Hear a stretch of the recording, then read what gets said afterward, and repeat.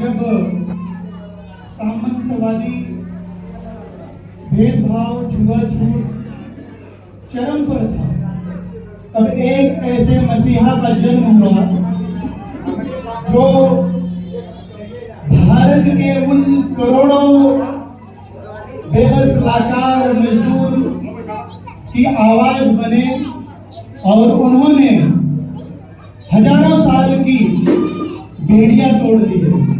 ऐसे महामानव को आज उनका जन्मदिन है। सबसे पहले करुणा के सागर तथागत भगवान बुद्ध को नमन करते हुए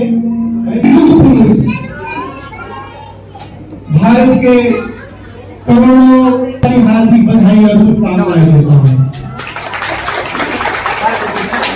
आज का दिन बहुत ही खास, बहुत ही बढ़िया हम सबके लिए ऐसे महामानव का जन्म हुआ जब हम सभी गुलामियों की बेड़ियों में झगड़े हुए थे, जातिवादी दर्द झेल रहे थे। एक ऐसे घर में इनका जन्म हुआ है।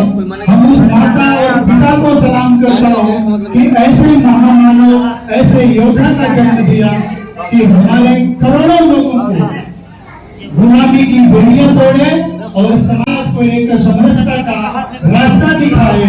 और उनका एक मूल मंत्र था, शिक्षित बनो, संगठित रहो, संघर्ष करो। और हमारे लोगों को ऐसा इतिहास बनाया और हमारे उन सभी देश के जो हमारे पुरखे थे उनको मौका मिला, उनके पुरखे को मौका मिला तो उन्होंने गीता, रामायण, उपनिषद, मनुस्मृति जैसे क्रूर विकृति वाला संविधान बनाए। हमारे लिए न शिक्षा का अधिकार था, ना ही पढ़ने का अधिकार था और ना ही धन रखने का अधिकार था, ना ही सार्वजनिक जगह पर जाने का हमें अधिकार था। लेकिन ऐसी परिस्थितियों में हमारे जब महापुरुषों को मौका मिला तो तथागत बुद्ध ने मानव एक समान, जिन्होंने हमें करुणा, प्रज्ञा, शील दिया, जिन्होंने कहा तो तैयार हैं कि आपको कोई मसीहा आएगा या चमत्कार होगा, आपके भविष्य और आपके जीवन को बेहतर बनाएगा। और उन्होंने कहा था कि मानव एक समान।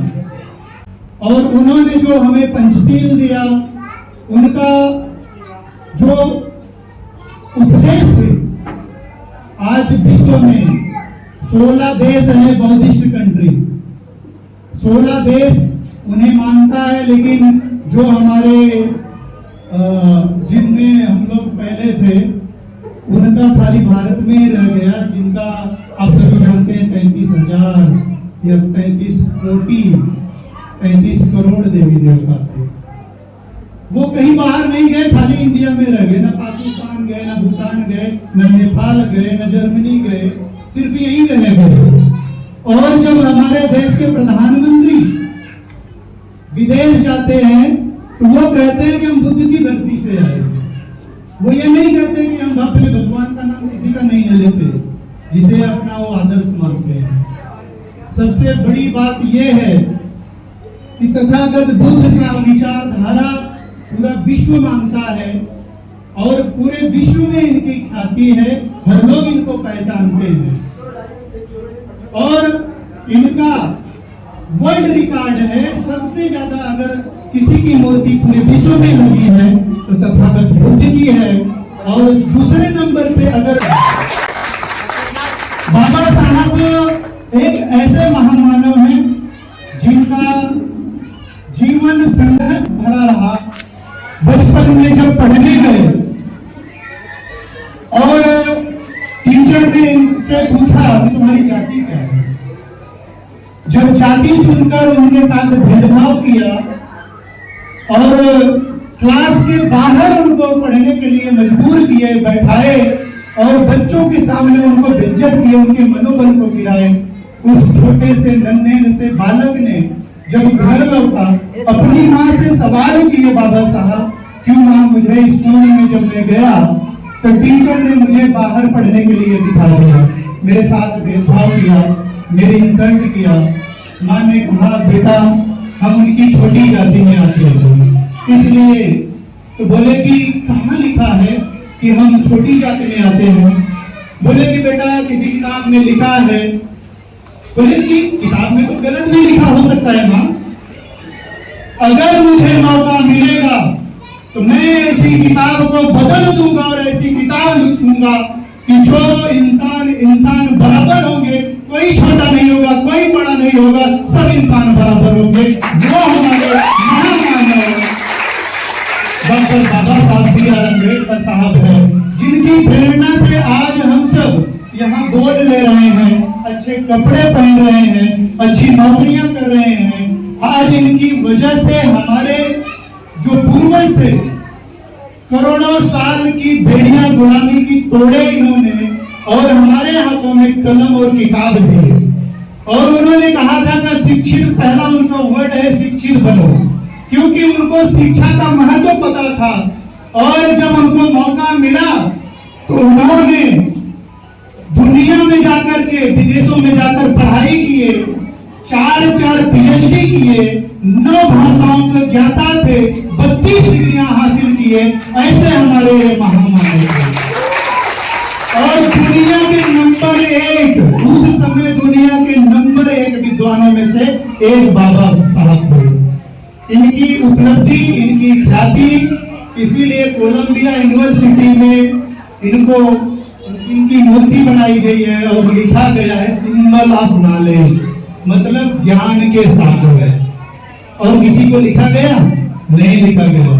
क्यों? क्योंकि इन्होंने पढ़ाई इसलिए किया कि इन्हें पता था कि हमारे समाज जिस गुलामी का दर्द झेल रहा है, जिस तरीके से हमारे लोगों को इज्जत नहीं मिल रही है, अगर हमें अपने लोगों का गुलामी की जंजीर तोड़ना है तो हमें पढ़ना ही पड़ेगा, हमें मेहनत करना पड़ेगा, हमें संघर्ष ही करना पड़ेगा।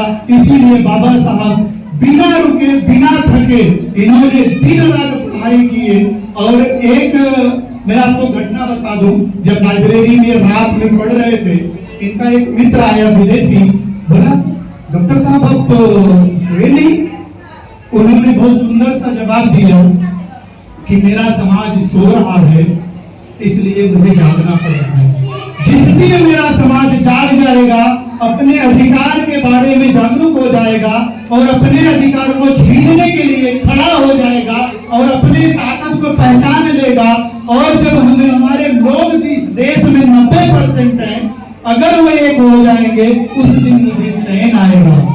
उनका संघर्ष, उनका साहस, उनका अथक परिश्रम, आज हम सब उसके करस्तार हैं बाबा साहब के। क्योंकि बाबा साहब एक ऐसे समय में पैदा हुए जब हम सब गुलामी की बेड़ियों में जकड़े हुए थे। अगर ये गुलामी की बेड़ी नहीं तोड़े होते तो आज हम सब कहाँ होते? कल्पना करो, जब हम गंदे तालाब का पानी नहीं पी सकते थे, सार्वजनिक जगह पर जा नहीं सकते थे, ऐसी गुलामी की बेड़ियां तोड़कर महामानव ने हमारे लिए वो काम करके दिखाया जो सदियों से कोई नहीं कर पाया। न कोई अवतारी पुरुष किया, न कोई हमारे लिए ऐसा पुरुष आया जो हमारे गुलामी की बेड़ियों को तोड़ सके, हमारे अधिकारों को दिला सके। इन्होंने संघर्ष किया, 32 डिग्रियां हासिल की, 4 PhD हासिल किया, 9 भाषा के ज्ञाता बने। आज तक रिकॉर्ड है कि इनके बराबरी का, इनके आधे तक कोई नहीं पहुंच पाया। जो खुद को तो अपना को। और जब समय आया देश के संविधान बनाने के लिए, तो उस समय कोई भी योग्य व्यक्ति उतना पढ़ा लिखा नहीं मिला। जब ड्राफ्टिंग कमेटी का बाबा साहब को अध्यक्ष बनाया गया और बाबा साहब ने जब इस कमान को संभाला, तो हमारे महापुरुषों को जब मौका मिला तो उन्होंने जब कलम उठाई और उसमें लिखा कि सभी मानव मानव समान है, सब इंसान है, सबको शिक्षा, सबको काम और सबको अधिकार मिलेगा। बाबू जगदेव प्रसाद जी ने कहा था 100 में 90 शोषित हैं, शोषितों ने ललकारा है, धन धरती और आसमान में 90 भाग हमारा है। ये हमारे महापुरुष हैं जिन्होंने न केवल हमारे जीवन में बदलाव लाया, हमारे जीवन को ऐसा बदला कि आज हम अच्छी सैलरी उठा रहे हैं, अच्छा एजुकेशन ले रहे हैं, अच्छा कपड़े पहन रहे हैं, अच्छी सोसाइटियों में चल रहे हैं। ये दिन हमारे महामानव तथागत बुद्ध से लेकर उनसे प्रेरणा मिली बाबा साहब को, और बाबा साहब ने वो इतिहास लिखा, संविधान ने लिखा, और संविधान इस देश में हमारे लोग कितने हैं जानते हैं आपसे? 90% लोग हैं, 10% लोग हमारे ऊपर राज कर रहे हैं। समता बिना समाज नहीं, बिन समाज जनराज नहीं। जो जमीन को जोते बोए वो जमीन का मालिक होवे, राष्ट्रपति का बेटा हो या चपरासी की हो संतान, टाटा बिरला या अंबानी, सबको शिक्षा एक समान। मिटे गरीबी और अमीरी, मिटे चाकरी और मजदूरी, सबको शिक्षा सबको काम, वरना होगी नींद हराम। जो सरकार शिक्षा दे न सके वो सरकार निकम्मी है, जो सरकार निकम्मी है वो सरकार बदलनी है। इस बात को हमें समझना होगा। जिस दिन हम सब अपने वोट के अधिकार को समझ लेंगे, अपने पावर को समझ लेंगे, बाबा साहब ने जो हमें अधिकार दिया है उसका मतलब समझ लेंगे, तो इस देश का हम हुक्मरान बनेंगे। और इसीलिए बाबा साहब ने कहा था शिक्षा वो शेरनी का दूध है, जो पिएगा वही बहालेगा। अगर हम सब शिक्षा के महत्व को समझ लिए तो मैं आपको छोटी सी घटना बताता हूँ। शिक्षा के बारे में मेरे 2 बच्चे हैं और एक मेरी लड़की आई गई निशिता सरोज बैठी हुई है, और मेरे साथ में 3 बच्चे और आए हैं। मेरा लड़का बड़ा वाला दिल्ली यूनिवर्सिटी में ला कर रहा है, और मेरा छोटा लड़का वो कानपुर आईआईटी से बीटेक क्लियर करके एमटेक की तैयारी कर रहा है, और मेरा भतीजा एमटेक क्लियर कर लिया है। तो आप सब समझो कि शिक्षा की पावर होती है, शिक्षा के महत्व को हम सबको समझना होगा। हमारे महात्मा थे संत गाडगे महाराज, कितने लोग जानते हैं संत गाडगे को? आप लोग जानते हैं? संत गाडगे महाराज एक ऐसे बाबा साहब के समकालीन थे, और वो एक झाड़ू लेकर चलते थे, और घड़ा समझते हैं? घड़ा अपने यहाँ मटकी बोलते हैं, वो मटकी में वो लेकर चलते थे, उसी में खाना खाते थे, और झाड़ू लेके चलते थे, सारी गंदगी को साफ करते थे। जो हम कहते हैं महात्मा गांधी को स्वच्छता अभियान के नायक, गलत। स्वच्छता अभियान के अगर कोई नायक हैं तो कौन है? गाडगे महाराज, जिन्होंने कहा था हम सबको कि आधी रोटी कम खाना, बर्तन मत खरीदना, कपड़ा मत लेना, और हथेली भी खा लेना, लेकिन अपना पेट काट के अपने बच्चे को जरूर पढ़ाना, अच्छी पढ़ाई कराना, क्योंकि पढ़ाई का मतलब वो बाबा साहब को देखे थे। बाबा साहब के महत्व को समझते थे, शिक्षा के पावर को समझते थे। इसीलिए बाबा साहब ने कहा था शिक्षा वो शेरनी का दूध है, जो पिएगा वही बहालेगा। जैसे आज हम तो इसलिए इन लोगों ने हमें हिंदू मुसलमान में बांट दिया। आज जहां भी देखो डिबेट टीवी में, मीडिया में हम सबको क्या दिखाया जाता है?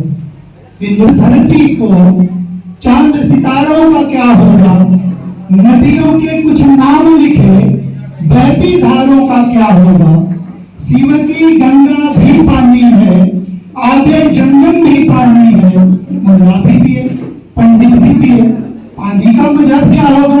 पूछो उन फिरत परस्तों से, क्या सूरज अलग बनाओगे? एक ही हवा में सांस है सबकी, क्या हवा भी अलग बहाओगे?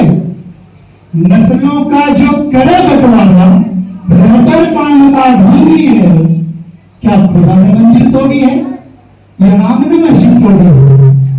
इन जिहादियों ने हमारे अंदर नफरत डाल रहे हैं। इस नफरत को हम सबको समझना होगा, इनके विचारधारा से हमें अलग होना होगा। इसलिए हम पहले भी कहे थे, जब चुनाई था कत्लेआम का हुनर देखकर अब तुम्हें क्यों आश्चर्य है, लाखों का शहर देखकर। आज देख लो पूरे उत्तर प्रदेश में कभी हमारे भाइयों को इनकाउंटर कर दिया जाता है, कभी रात को गिरफ्तारी हो जाती है तो सुबह पता चलता है कि थाने में उसकी मौत हो गई। ऐसे जल्लाद लोग बैठे हुए हैं। ये ताकत, ये रुतबा, ये सम्मान, ये हौसला, ये एनर्जी हमारे बाबा साहब से हम सबको मिली है।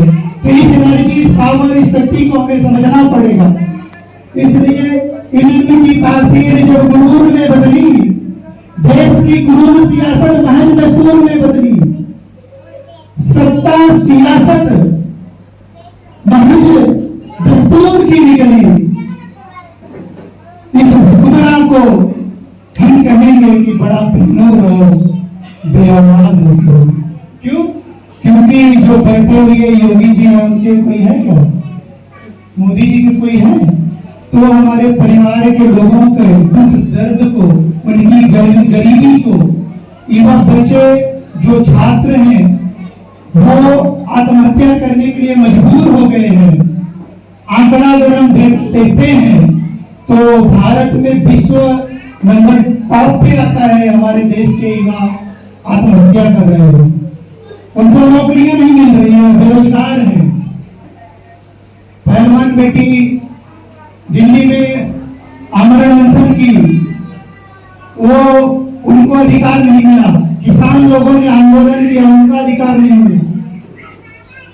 हमारे बहुत सारे लोगों ने आंदोलन किए। अभी एक निवेदन आप सभी से है, मुझे याद आया कि बोधगया सुने आप लोग?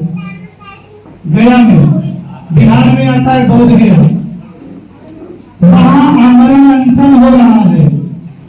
बुद्धि मंदिर का एक 1949 में बीपीएमसी एक एक्ट बनाए थे अंग्रेजों के जमाने में, उसमें 9 लोग रहेंगे।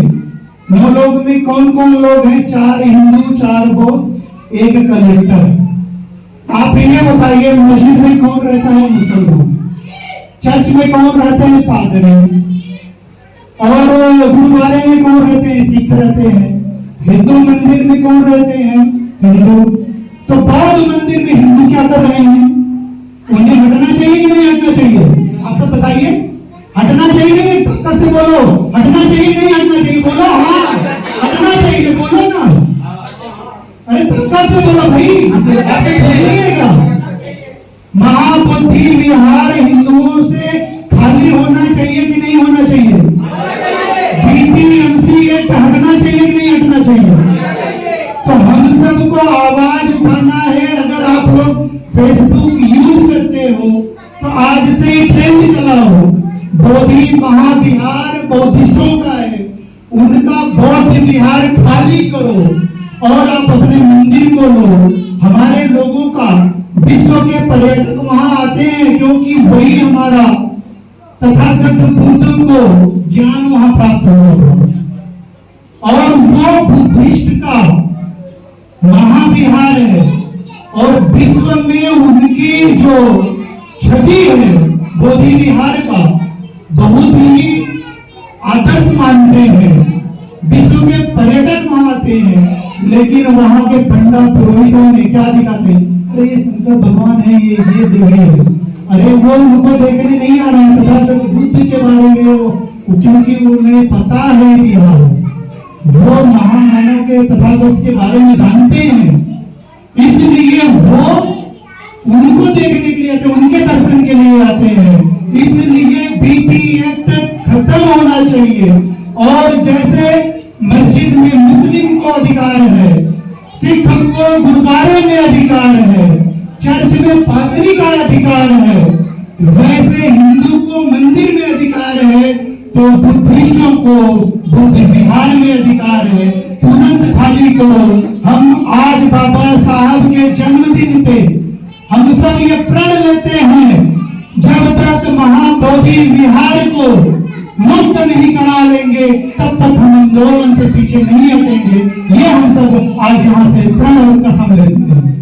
आप लोग तैयार हो क्या? जोर से बोलो, तैयार हो क्या? बहुत बढ़िया। तो ये संदेश महाबोधि विहार तक जाएगा। हमारे जो भंते लोग और हमारे बुद्धिस्ट लोग वहां आंदोलन कर रहे हैं, तो उन्हें हौसला मिलेगा, ताकत मिलेगा और हमारे लोग अपने अधिकारों के बारे में जानेंगे। ये हमारे लोगों को समझना और सोचना पड़ेगा। आप लोगों को कंटाला तो नहीं आ रहा है?